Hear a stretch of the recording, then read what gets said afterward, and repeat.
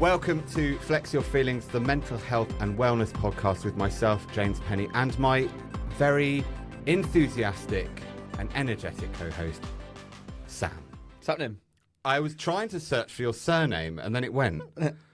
Yeah. But you don't have to say it now. But I was thinking, I say James Penny, and then Sam. I was like, Sam. It is quite a difficult surname Is it? to remember, yeah. And that, my mind went completely blank there. Ding ding. Okay, never mind. It's not. It's Bell. Oh, God. Fucking hell. I was like, Sam Ding Ding. Yeah. Ding dong. We've started in a James way saw my banana that I brought in and, you know. It all went downhill from there, really. Well, yeah. It's very nice to see you this morning. It's great Sam to see you. Bell. Bell. So formal. Yeah, but James Samuel Penny's just like, it's like, I feel like it's authoritative, like, James Penny. Well, if you say my full Welcome name. to the podcast. My full name, my parents gave me two middle names. Oh, because you're so special. Well, obvs. So my full name is James Alexander Hugh Penny. Wow. Yeah. You were I brought like up to on the add right on there side some of town. regal twist, like James Alexander Hugh Penny III.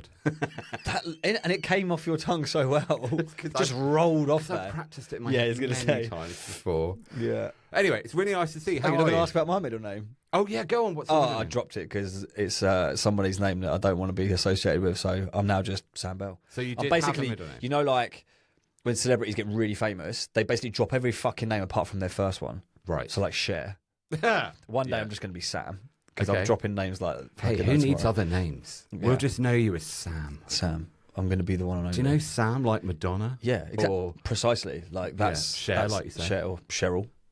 oh, I don't know if Cheryl's got to the great heights that Madonna or Cher. In my head, she did. She was my childhood crush. Oh, okay, fair enough. Well, you're seeing through the eyes of lust. Yeah, there. lust. Not whether or not she's actually got any. Yeah, it talent. broke my heart when she married Ashley Cole, Yeah.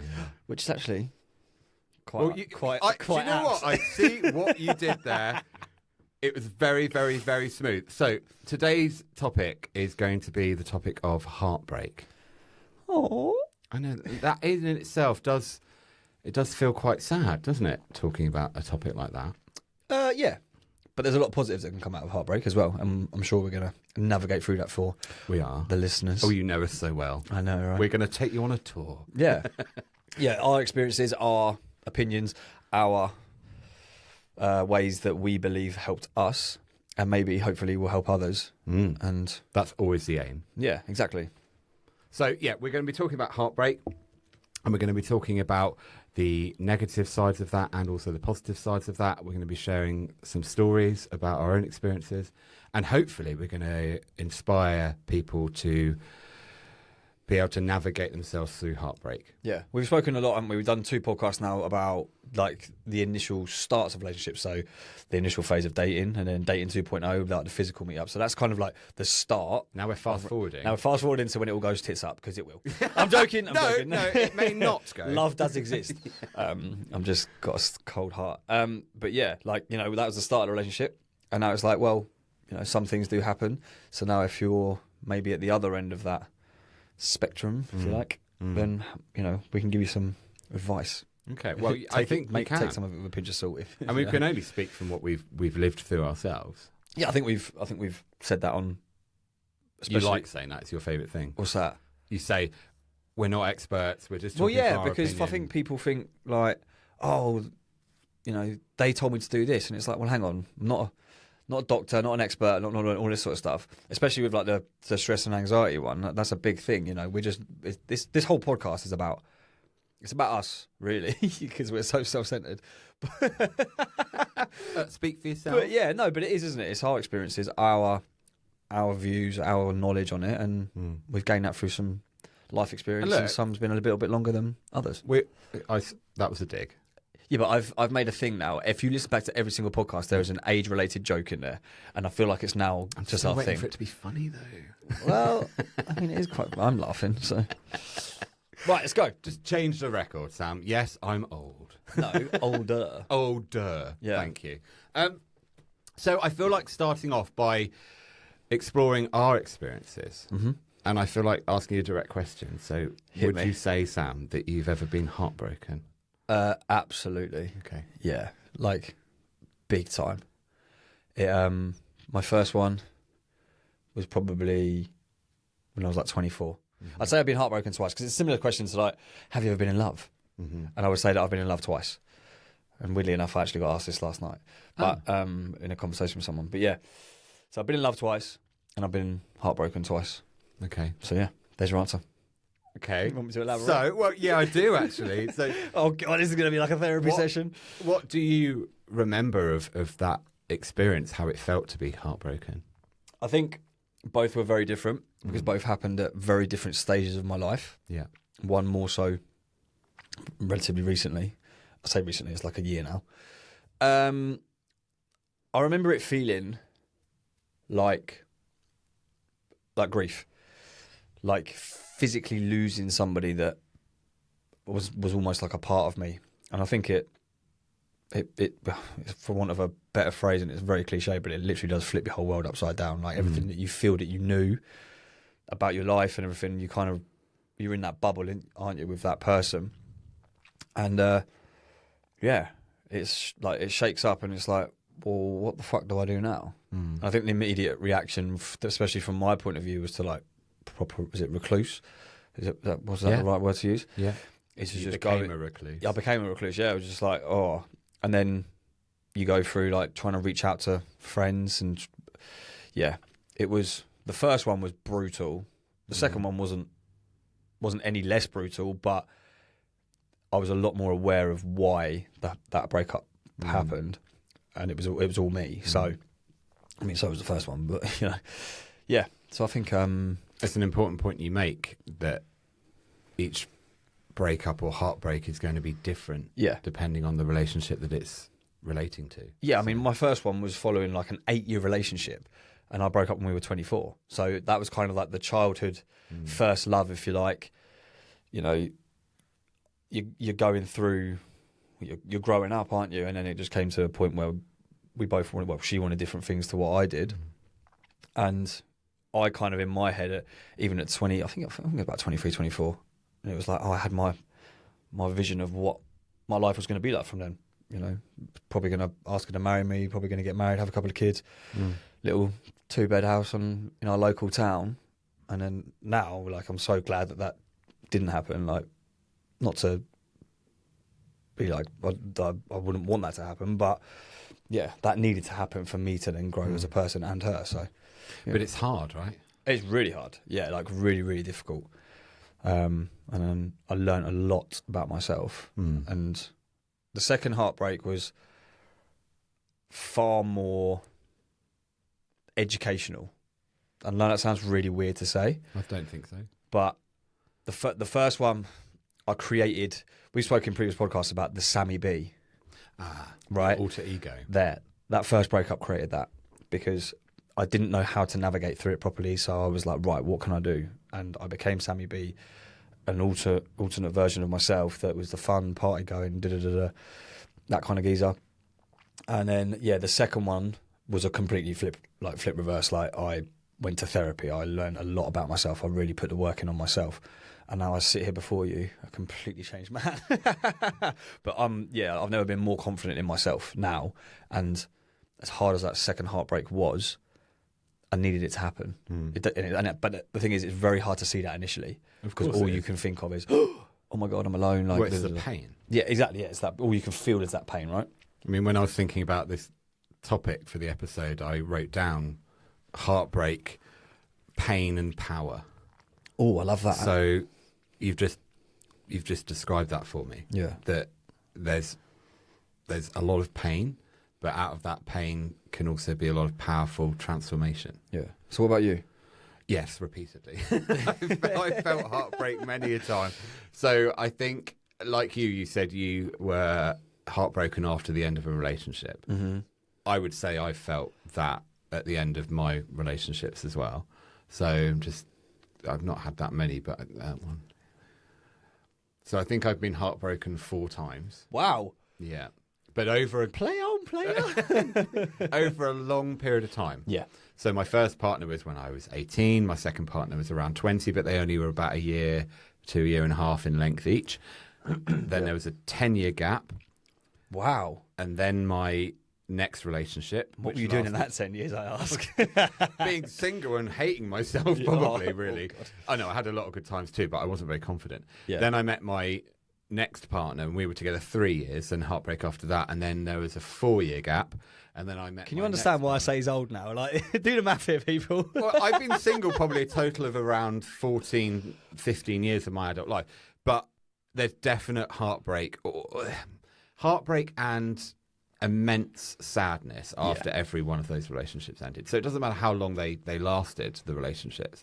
I've definitely felt heartbroken after the end of each of them, but they were different, like you said. Yeah, I was going to say, if you look back at them now, because I mean, I've never really, until you asked me that question, I've never really looked at the difference in the heartbreaks, like kind of thing, and what I did differently that time to this time.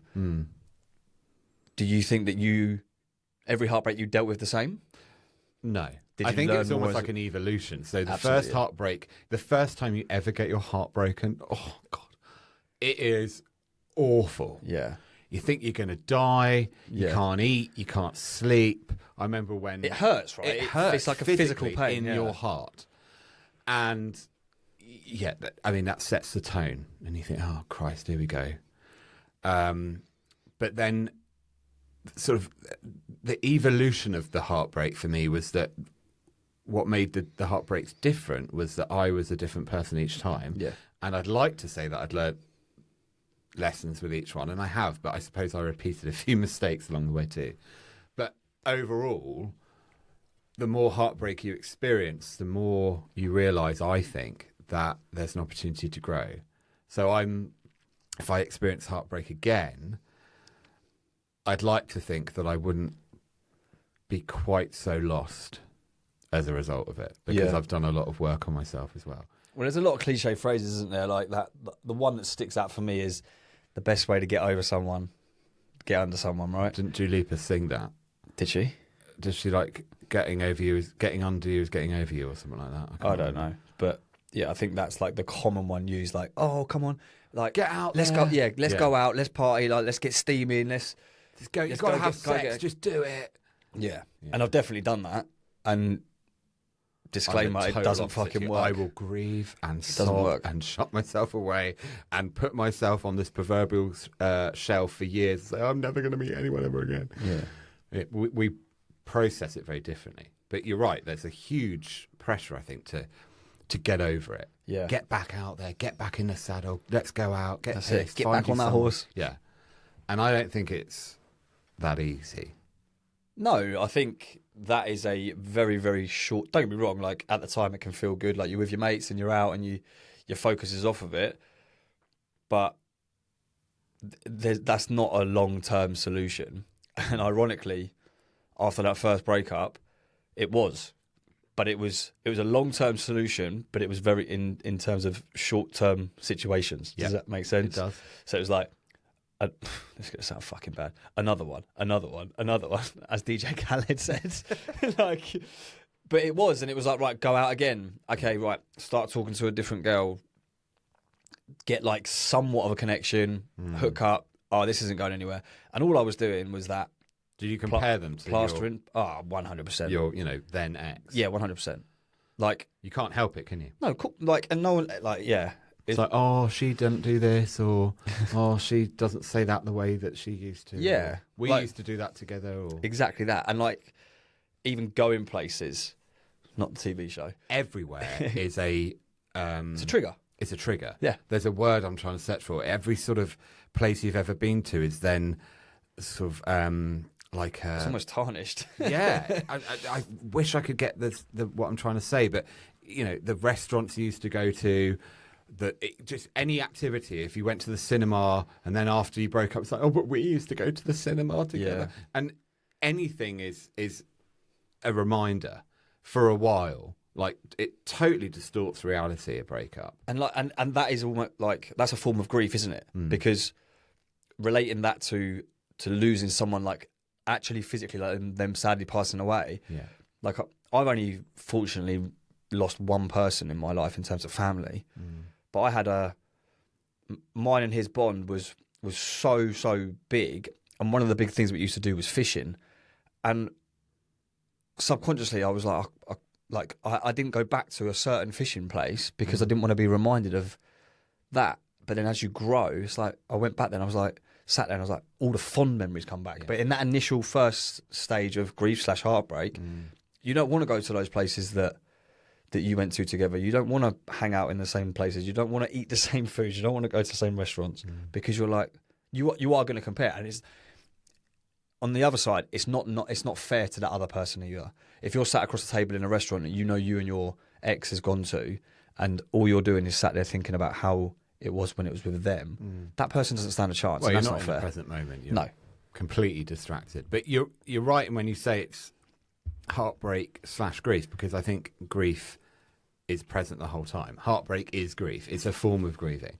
Yeah. And it's acutely painful to begin with, and so everywhere becomes, like what's the word? It's like not like bad territory or something. I can't think of how to explain it. It'll but come to everywhere you you in the go podcast. And is, if it does, just launch it into the sentence. Doesn't matter what it is. I'm just going to blurt it out. I've remembered. That's it. People are like, what's he talking about? But yeah, everywhere's sort of like a damaged place for a while, temporarily. But it does change. Yeah.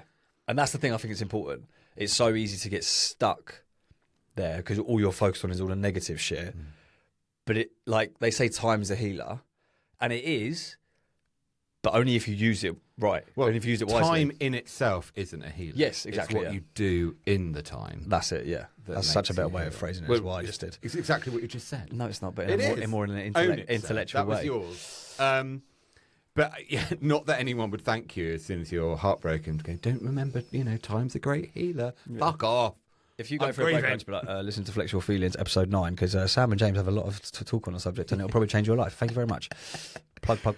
But it's powerful, isn't it, when people try and remind you that it will get better. Yeah. I think you've got to be so careful. It's about timing with that one.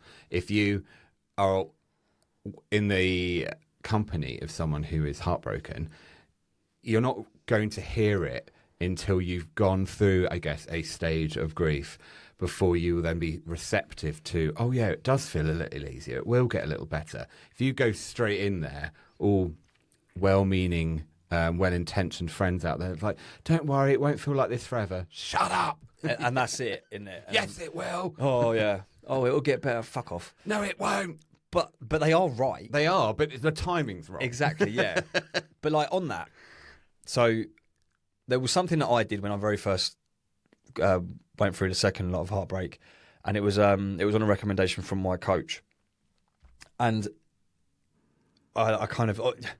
You kind of overshare when you're heartbroken as well, I think, don't you? Because you want to just reach out to anybody and it's like, oh, all my you want to missus do has is left talk me. about it. Exactly, yeah. You want to focus on it, and I get it. But the tasks, like the what's the word I'm looking for? It's like dropping off on it now. Yeah. It will come to you. Excuse me. Just drop it in later. Yeah. No, that was I caught that innuendo, you cheeky boy. But yeah, so the task, the practice, whatever the word is, as if you're focused on the heartbreak, right? Okay, cool. Well, let's use that.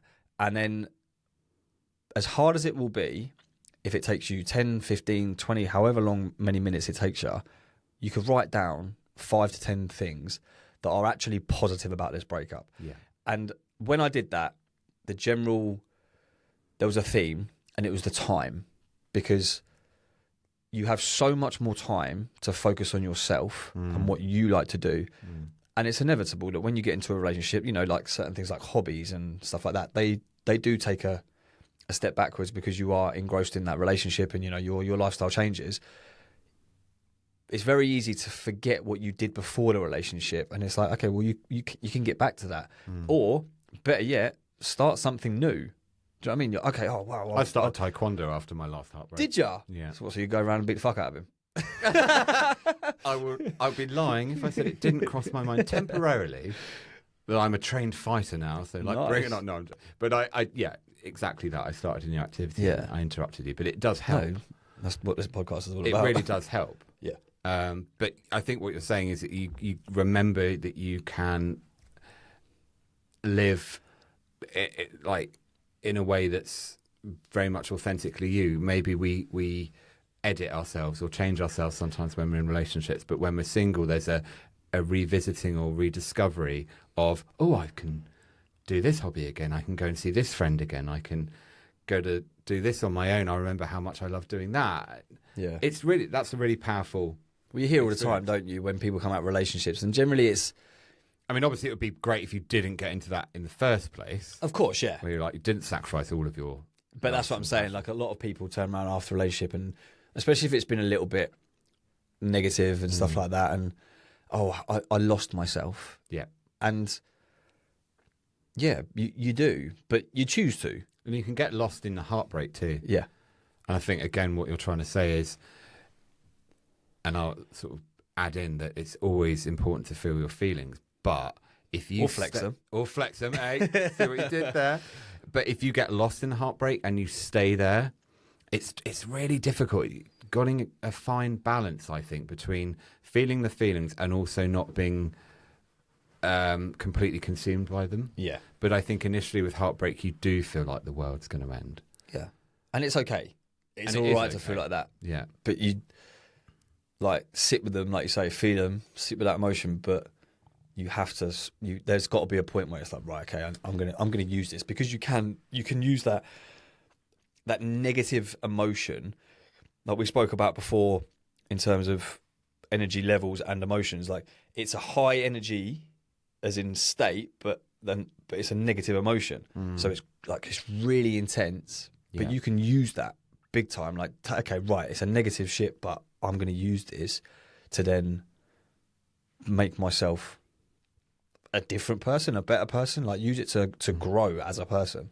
I mean, there's so much going on physically when you're experiencing heartbreak, so that, you know, your hormones in your brain, I think it's like stress hormones will rise, obviously, and then the happy hormones will diminish. So like cortisol and adrenaline will spike, but your serotonin and oxytocin will deplete. And so there's so much going on. So we call it heartbreak because actually, you know, it feels like that. We said earlier, God, your heart hurts. Yeah. So there's a lot physiologically going on there, but also so much of it is how we're talking to ourselves. And I think the worst heartbreak elements for me was when not only was I sad, like really sad about the loss of the relationship, but I really added in so much self-criticism and all of my negative belief systems about myself, low self-worth, low self-confidence, they came flooding in and ramped up to like a 10. And so not only if you know, sort of just the ending of a relationship is sad, but I really didn't treat myself very well. So that what I'm saying is that I think heartbreak can be intensified and aggravated if you're not careful by you being really unkind to yourself as well. Does that make sense? Makes complete sense. And it's, I think, depending on how you do break up, whether you've done the heartbreak, because that's another important thing to say here. Like, you might have broken up with that person. Doesn't mean you're going to experience heartbreak any less. Exactly. Do you know what I mean? Like, I'm talking from a point of view where both my partners left me for their reasons, and I completely respect their reasons. But it's very easy to fall into that victim mode. Yeah. But if you're the one doing the, quote, heartbreaking, you're still going to go through those stages. Like, it's just going to be, you've just chosen to respect yourself a little bit, depending on how that relationship is ending. You know, for whatever reason you have chosen to end it, but you're still going to experience it, and that shouldn't be seen any less. Like, oh well, why are you miserable? Because you did it. And I'm speaking from experience in terms of my last relationship, that I kind of got into that as knowledgeable now as I feel like I am, and that sounds really big-headed, but I learned so much more about emotions and stuff since. I still fell into that, well, you must be doing okay because you were the one who broke up with me. And when we've had conversations about it, she's like, don't think this is easy. She's like, it took me a lot to leave you and stuff. And I'm like, oh shit, yeah, you're right. And it's that victim mentality, isn't it? Yeah. But we assume that the person that ended the relationship, if there was one person rather than it being mutual, that person that ended it is off skipping down the road, exactly, happy as Larry. Oh, living their best life. And they may be. Yeah. If they want Instagram would probably show that they are. They may be happier, but yeah, I don't think it's ever easy. So we need to be careful about not making assumptions if someone ended the relationship, don't label them as the bad person. Yeah. Don't label them as, or, you know, project onto them that their life is all of a sudden all rosy and you're the only one suffering. I did that with one particular heartbreak. I was dumped, and I said, God, did you hear the venom? Didn't you hear that? The venom that came out of my voice. I totally respect their decision, but yet when they broke up with me, I spent a long time thinking that they weren't suffering. Yeah. And I regret and that angers you as well, doesn't it? I regret that because they were. It's just their suffering is different to mine. And it's the filter you put it through. That's why I'm saying, even though there's a lot physiologically going on and it's important to recognise that you're hurting and you're going to feel sad and that's very normal, be careful what you're adding in, because all of that most of the suffering came from the fact that I was treating myself like a piece of shit. Yeah. I think on that as well is when you do break up with people or they break up with you, there's actually a book called Block, Delete, Move On. I don't know who wrote it, but I saw it on my ex's bookcase once. And I think I was very naive in that we broke up and it was like, right, we're still going to keep each other on socials, like, and all that sort of stuff. And I now believe, like, we've just gone through a period of complete no contact. Do you know what? You stole that phrase out of my head. Yeah. I was just thinking, I wonder if you went through that. Yeah. So I was like, no, we'll be okay. Like, we can be friends. And the truth is that all the time we were friends, I was always just waiting for her to go, oh, actually, yeah, like, I do, but I want you back. Jackson 5. Yeah. And it's become more apparent recently through that period of no contact that it was like, actually, as hard as it was to not know what you're up to, it was the best thing. And then I actually saw her on Saturday, and we actually said that to each other. It was like the no contact did us both the world of good, and we had a really good day. Like, don't get me wrong, we're not getting back together or anything like that. We saw each other for her daughter's sake because, you know, me and her had a relationship.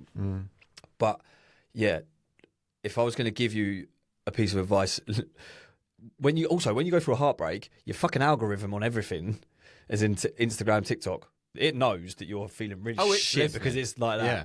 And all these quotes and all these things about, right, remove them from socials and all that sort of stuff, just do it.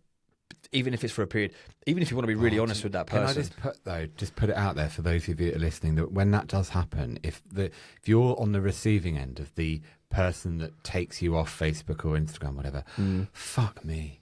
That cuts like a knife. It does. I'm put back in my mind to a place where I was broken up with the same individual I was talking about a minute or two ago, and I kept refreshing Facebook.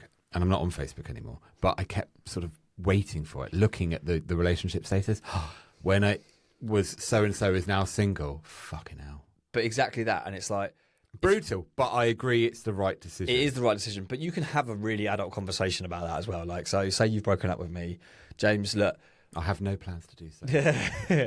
We were talking about he's going to podcast propose to me. But will you marry me? Yeah. Will you be my podcast host forever? Until death do us part. But have that conversation, like, and it's going to be really uncomfortable. But you're already in an uncomfortable situation anyway. So it can't really get much worse. You're already in the midst of heartache and discomfort. So yeah, have that conversation. Say, look, I'm going to be honest.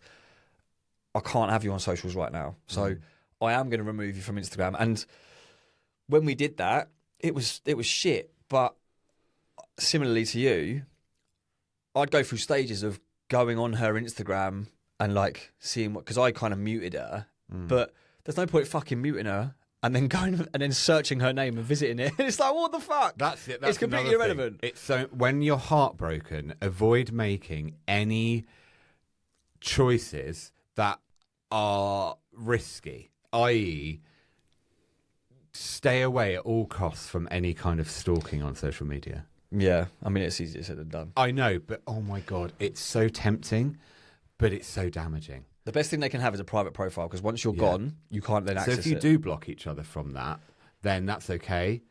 From social media, that's okay. But if you are doing no contact but not blocking each other, I know it's hard, but try not to stalk them. Yeah. I did that again. I think I've committed. Everyone's done it. I mean, yeah, all of the mistakes. It just twists the knife in. Of course it does. And you do that comparison thing, which I think is going to be another topic of an episode in the future. But Maybe in 40 minutes. Maybe even the next episode. But it's damaging, and it just fuels the pain. You're hurting because the breakup hurts. That's a given. But the rest, I think, is all of the self-talk and the behaviour that you're using to really stick the knife in. Don't do it. And that's what you said earlier. Like you hurt yourself further. That's exactly it. You hurt yourself. You know you're doing. You're broken up with once, but you break up with yourselves fucking repeatedly after that. Yeah, that's it. It's so hurtful. It's like death by 1,000 cuts. And if you're not careful, you prolong the agony. I think. And it's. I still think it's okay to punish yourself a little bit at the beginning, depending on how. Define punish. Look at you with an innuendo. Okay. Your eyes lit up. Your eyes lit up. So what are we talking? So what I'm saying What's your safe word? is that I feel like there is a period after a breakup, and like I said, it's completely situational dependent, because I was a fucking arsehole. I got broken up with for all my actions in the past. So I wanted to punish myself a little bit.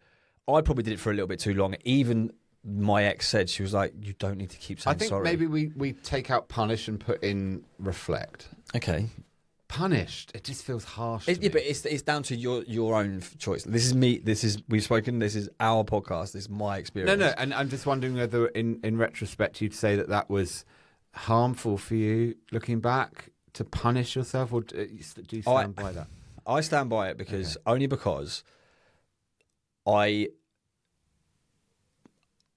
in the past I let myself get away with so much in terms of. So this is completely my situation. If I was to give advice to somebody, I would use reflect. I would say, that period of the initial heartbreak, reflect on it, reflect why it happened, reflect what you did. Great. And I was doing that, but then I was also like, right, I want to quote teach myself a lesson here. And I needed to be reminded of what I've lost, because it's fuel for me. And I never wanted to lose sight of why I was in that situation. And like I say, it's because I'd let myself get away with things so many times. It was like, under the carpet, like, well, it's okay. It is what it is. And that's growth for me. Yeah. But then makes sense. There is that period of reflection that you have, and it can be however long you feel it needs to be, but the chances are you're probably going to need to drag yourself out of it, because it'd be very easy to sit there for a really, really long period of time. And once you've done that, there's an exercise that I did after that initial grief, if you like, that changed my fucking life. That? And that's not exaggerating.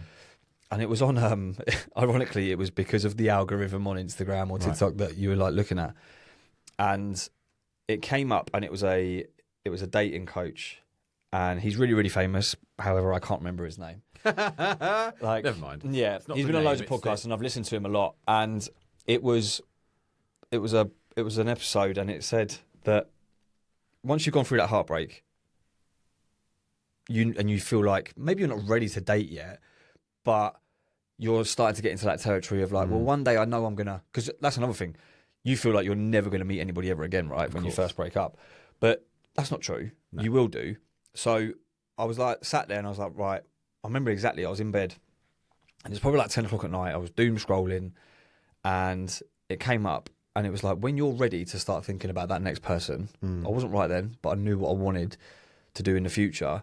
Write down everything that you think you want in a person, in terms of not so much physically, because looks fade and all that sort of stuff. But I think we can take it as implied that we want them to be attracted to them. Yeah, well, yeah.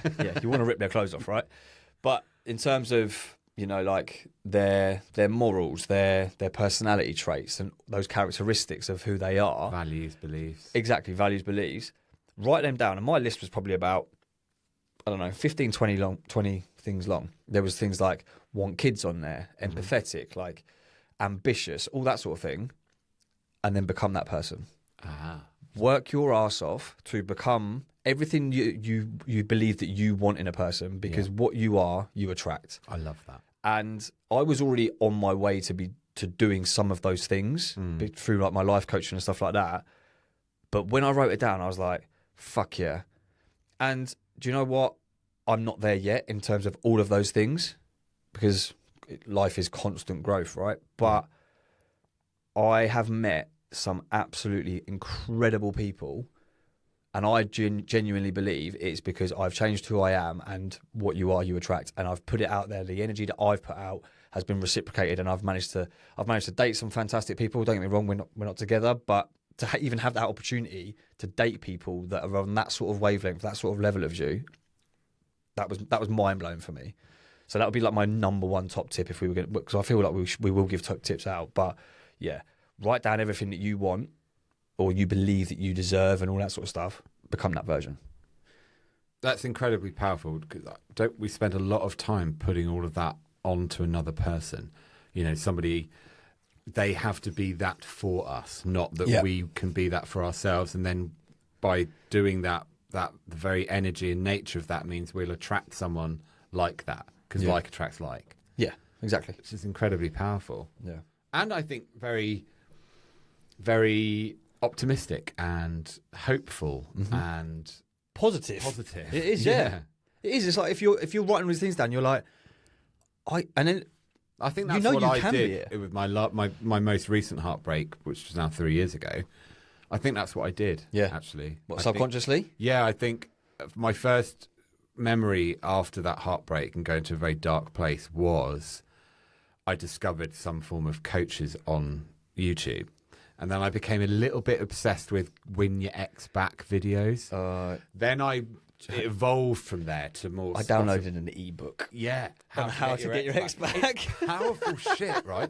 Coaches and people out there in the public domain need to be mindful of how vulnerable people are in those moments. Because I was convinced, like the no contact rule, getting into my power, really focusing on me, and it became more about me and not about them. But I was kidding myself initially, because I was trying to get my ex back. I wasn't accepting that the relationship was over. Yep. But the transformational journey that came after that was that I was striving to become the best version of myself. And I think that in a nutshell is what you're saying. Yeah. Be the best version of yourself. But you got there by writing down all the qualities and attributes and beliefs and values you want in another. Aspire to be those things. And then that is becoming the best version of yourself. And then, my God, are you an attractive person? Right. On that, best bit of advice as well I got, or one of, was that before I wrote down that list, I joined this life coaching program and stuff, and I started changing my attitudes and my beliefs and my perspective. And then she left me, and it was like whack. And I was like, fucking hell, like I've done all this work, like, and it hasn't amounted to anything. And I was like, fuck this. Like, I was sober at the time. I was like, bollocks to it. I'm just going to fucking get back on it, all that sort of stuff. And a guy in like a community WhatsApp thing that we had as part of it was like, right, initially you wanted to change to get this person back. But what people seem to forget, and I definitely lost sight of this, was that I was changing to get her back, but I was in a far better position than what I was when I started. And like now when people come to me and they say about the heartbreak and stuff like that, I'm like, right, if you do the work. And I actually had a conversation with a friend of mine, and she kind of put like this timeline on it. She was like, right, I'm just going to work for like 6 to 9 months, and then at the end of it, hopefully he takes me back. And I'm like, okay, cool. But don't lose sight of that, because in 9 months, you are going to be, if the worst does happen, don't give up. Because if the worst happens and they say, sorry, I don't want you, you are such a better version of yourself. You're going to be so more attractive to everybody else as well. So that's, I think that's the big thing. What you're saying is if you're making the changes for someone else, they won't stick. So then if you strive to get the ex back, and then they don't want you back, and then you crumble, it's not lasting, sustainable, genuine change. It's just, I'm going to do it because I want them to see me differently. Not that you have from the inside transformed as a person. So it got to a point that I didn't want my ex back. Yeah, love that. That's powerful. But when I heard that in part of the win your ex back video hole that I went down, they were saying to me, now, you may not get them back. I was like, no, don't hear it. La, la, la, la, la, not paying attention. And they say, oh, you might not even want them and back. I'm like, shut up. You're not inspiring me. But you don't believe it when they say it. But then in reality, my God, is it much more powerful when you become a better version of yourself, that you realise that two individuals at that time when you broke up, you kind of did your best and it just didn't work. But you've evolved. And to a place where I don't want that again. Or it's not so much I wouldn't have them back if they hadn't changed as well. It would be just I'm not repeating history again. Yeah. So I've learned from my mistakes. I've grown as a person. I'm not jumping back in a time machine and fucking it all up again. I've learned too much. Would you if you could though? No. I don't believe that I would change anything. No. And that's powerful in itself, isn't it? No matter all the heartbreaks I've been through. Yeah. I would, because I'm not the same person as a result of them. No. I mean, the profound thing is, I think the most significant part of my healing journey happened after the fourth breakup. Don't forget that was over a period of about 15 years. It wasn't relationship after relationship, back to back. But after my most recent breakup, that's what sent me on like a 3-year period, and I'm still riding that wave now. Yeah. Thinking I'm never going to be that person again when I was broken up with. He's gone, he's healed, he's transformed. And there'll be new challenges probably because we all evolve, and I wouldn't change that for the world. So when I said earlier about the pain and the power, oh my God, the sadness and the tears and the heartbreak, it is real, it hurts, and you just have to get through it. On the other side of that, if you choose there to be huge transformational change, like permanent change. And I just think I can't help but feel inspired by my pain now. But that's a very philosophical take on it. I think what you've just said there is, when you said about the coaching videos and like the no contact and stuff. You've been there too, right? I've been there too. And it's like, they say, oh, there might come a point where you decide that you don't want them back. And I was like, nope, that's not going to happen. She's the love of my life. Who the hell do you think you are? And look, don't get me wrong, like, I still love her. I still love my ex. It's only been a year, but it's definitely a different kind of love now, and I'm okay with it. Like it, and I'm inspired, like you say, by myself, by the fact that I was like, I can remember feeling so fucking low, and I'm like, do you know what, Sam? Like, it's that self-talk thing. Be proud of yourself. Be proud that you literally thought the world was ending, and now look at you. I know. And like, don't get me wrong, nowhere near the fucking finished article. That's the most powerful thing in the world, though, isn't it? It's so powerful. When you actually use looking back as a reference point for how much you've changed, not because you want to go back and fix everything. No, that's it. And that's it. You don't want to change, because I don't want to go back to that version. I don't want to go back to our relationship, because that relationship was terrible because how I was acting. And you were acting out of your own pain and your own wounds. But why would we want to go back to a version of ourselves that wasn't as wise and wasn't as healed? Yeah. It's almost the definition of insanity. Oh, please let me repeat history over and over again by doing the same thing wrong. But there's an interesting quote that I found online. It's the person's unknown, so we don't know who said it.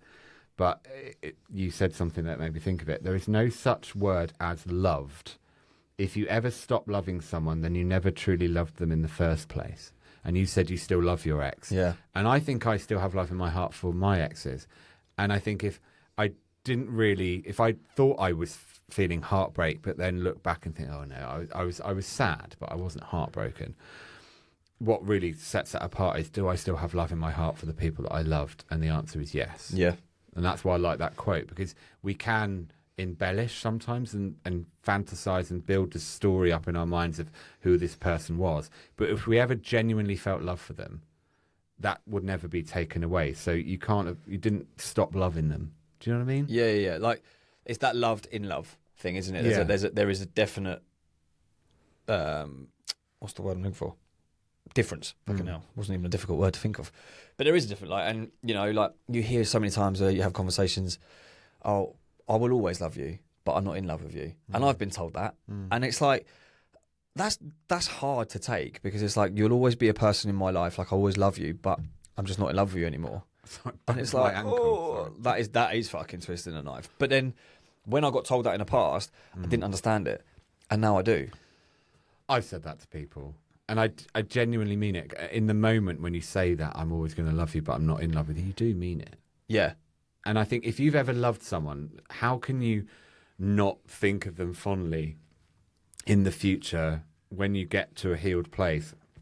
You hear so much about people hating each other after splitting up. And okay, there are going to be times when people were really treated poorly. Yeah, I mean, I'm very lucky that my ex doesn't hate me, to be honest. Yeah, I don't. It's like you can feel pain, you can feel anger, you can feel sadness, but I don't have any bad feelings for any of my exes. I still have a very fond feeling of them because for the time that we were together, that was special.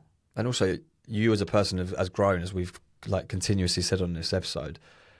Why would you waste any energy on that negative juju shit? Like, why would you be like, just don't do it? Fucking hell, that ex from like 15 years ago, I'm still really pissed off with the way that he did this. I know they're bitter. They are bitter, but that's because they haven't put in the work. And what I want to move on to next, before we like kind of end this, is on previous episodes we've done like a couple of top tips and stuff like that from our experiences. And if I'll go as far to say as if you do. Hey, week two. If you do the things that we might have done, or like, I can guarantee it's going to be better. It might not be solved, but there's not a chance. I believe if you do what we say that we did, it will inevitably make your experience better. Might not feel like it initially, but when you look back and you go, oh yeah, that time that I wrote down that list, and now I'm 6 months later on this person. That's the most powerful bit of advice that I feel that you could ever really give someone, is if when you are in a place where you're thinking about moving on, the grieving's happened, so the stages of grief have cycled through, and you're then thinking, right, what's next? Invest in yourself. Yeah. Don't invest in or try too hard to make it so that you're trying to attract someone. It's so much more about what you do on the inside than it is about looking for anything on the outside. And writing that list about the qualities and the attributes that you'd like to have and then embody them is wonderful. Yeah, and you can't go wrong. No, you really can't. But what you just said there as well was work on the inside. That's not also like, have a glow up. Like I love that you phrase. fucking see all these people that like, and I've done it, like, so people start going to the gym and stuff like that, and it's like, okay, take up taekwondo. Probably should have done that in a relationship because it would be healthy to be a healthy version. But okay, the biggest thing out of a heartbreak is you need to start feeling good about yourself. Yeah. Okay, get in the gym, cool. Like you are never to be some form of physical activity. Go get a fucking haircut. If you're a girl, go get your hair did. Like, do you know what I mean? Go get your nails done. Go get a spray tan. Go get do anything you can to give you that spike of dopamine. In a good way, like no, you need a bit of a boost. Yeah, exactly. We feel can good about slump yourself into a really sort of low place. Yeah, but it's not a long-term solution. But it is going to make, like, do you know what? Okay, yeah, I do feel good. Like, okay, I do feel good about myself right now, and then keep taking that, but then continuously do the work on yourself on the inside. My top tip, because I know you want to hear it. My top tip would be around your self-talk. Every time I've had heartbreak, as I said earlier in the episode, what made it worse, almost intolerable, was that I was beating myself up so much in my head. Yep. So my tip would be avoid at all costs self-criticism. Well, I want 3 off you.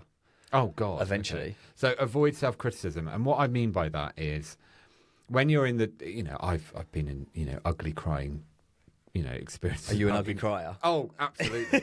Oh yeah, it's messy. Like it's definitely not an attractive face that I pull, but when I've been sobbing and really sad, thinking nothing's going to change, what made it worse was if I'd come in with belief systems in my head saying, you're never going to meet anyone else again. What's wrong with you? No one's going to love you ever again. That's it for you.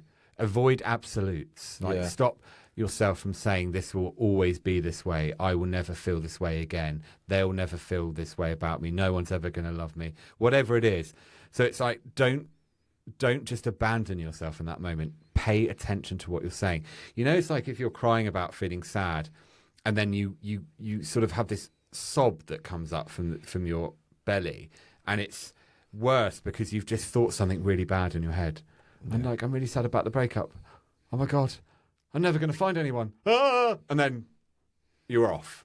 Try, if you can, to stay away from that self-criticism. You're already suffering enough. Yeah. So stop sticking the knife in. Yeah. Allow yourself to feel sad. Pick yourself up. Dust yourself off. Moment by moment by moment by moment, you will care for yourself. But stop criticising. And, yeah, that would lead on to tip number 2, if you permit me to go straight in. Yeah, you go for it. Do try and refrain from rehashing the past in your mind. Try and not go over the details over and over and over and over again. It's torture. And it doesn't get you anywhere. No amount of rehashing the past will change the current situation. Rehash and reflecting 2 different things, right? Yeah, like you're searching for a way to not to have prevented it from happening, so to speak. And I think that fits in with stage 3 of grief, which I think is bargaining. You're kind of like, oh, maybe if I hadn't done that, they wouldn't have said this, or if I'd been like this, then they wouldn't have done that. Try and avoid that. It doesn't matter. If buts or maybes is irrelevant, right? Please just try to not do that. I know it's easier said than done, but try to not do it, because if you fall down that rabbit hole, again, you might as well just be sticking the knife in. You're already at a low ebb. Yeah.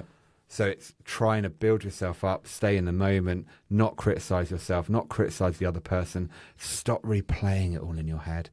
Allow your feelings to be there, but then come back.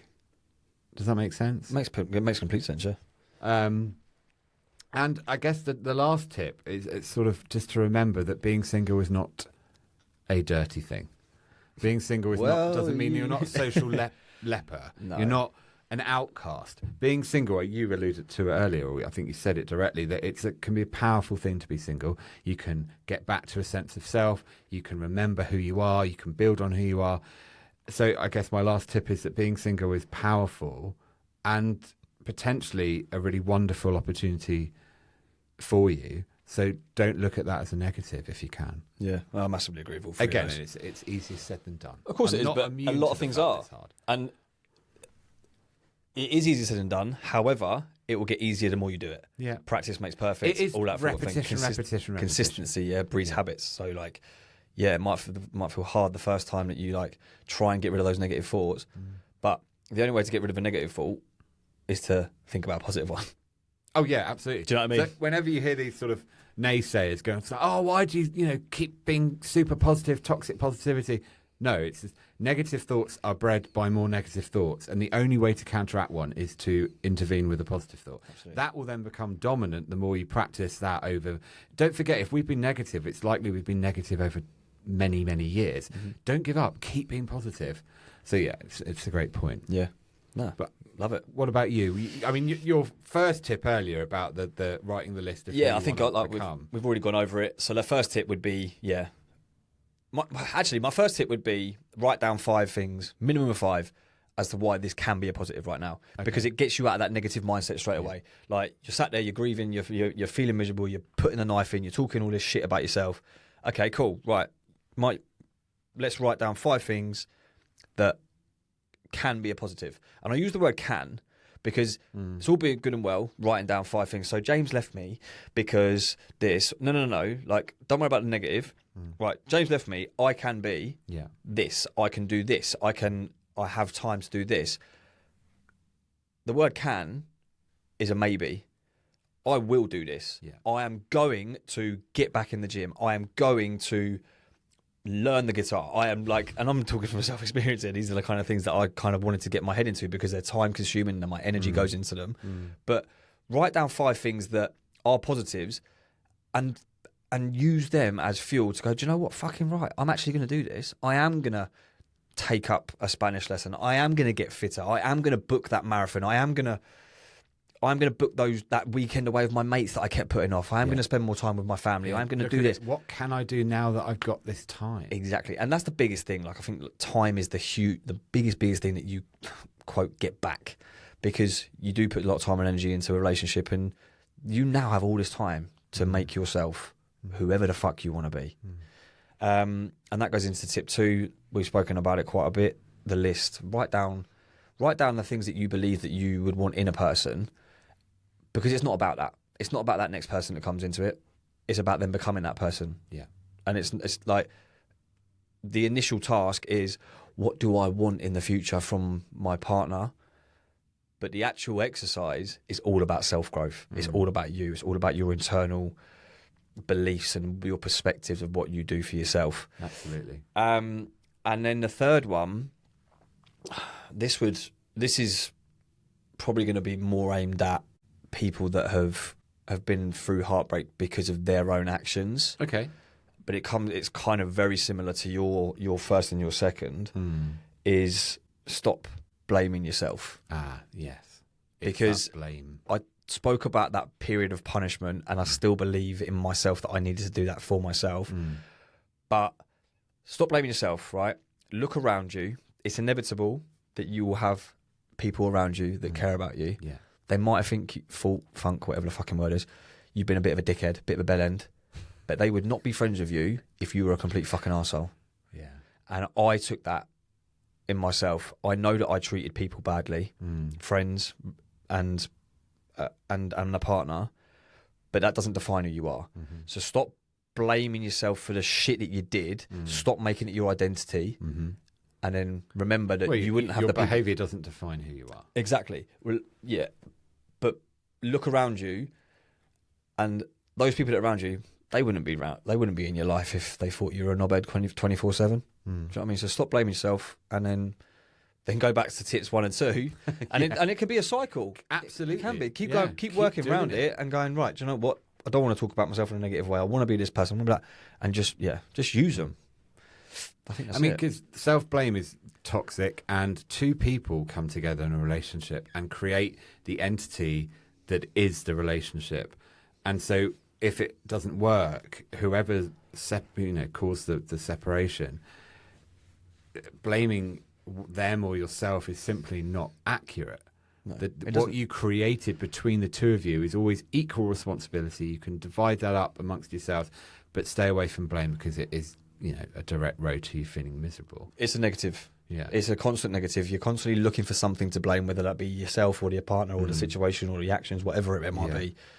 It's the energy that you're putting into a negative emotion, and it goes back to that positivity thing. Okay, switch it up, right? Get rid of the negative thought.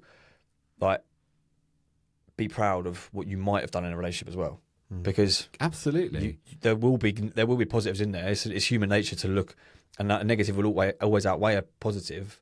But it's not like you can't have positives without a negative. So if there is all these negatives, there will be positives as well. Try and focus on them as well.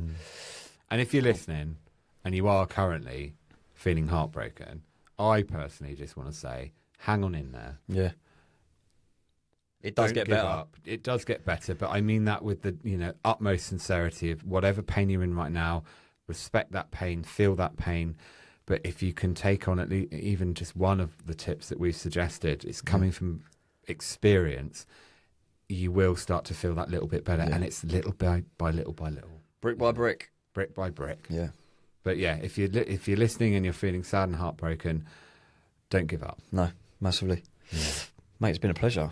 It always is a pleasure. It always is, yeah. Always is. I really want a biscuit. Yeah. Do you think Elliot's got Fox's biscuits. I wonder if he's got... I love those. What, the double chocolate? Oh, yeah. Do you know what, the double chocolate cookies? Anyway. Now you're talking. So... Right, well, thank you so much for your time. Yep. Yes. Instagram, it's at Flex Your Feelings, and your personal Instagram, your coaching Instagram. Move Different with SB. And mine is at James Penny Therapy. Thank you very much for listening, guys. I look forward to seeing you Until next time. Take care. See ya.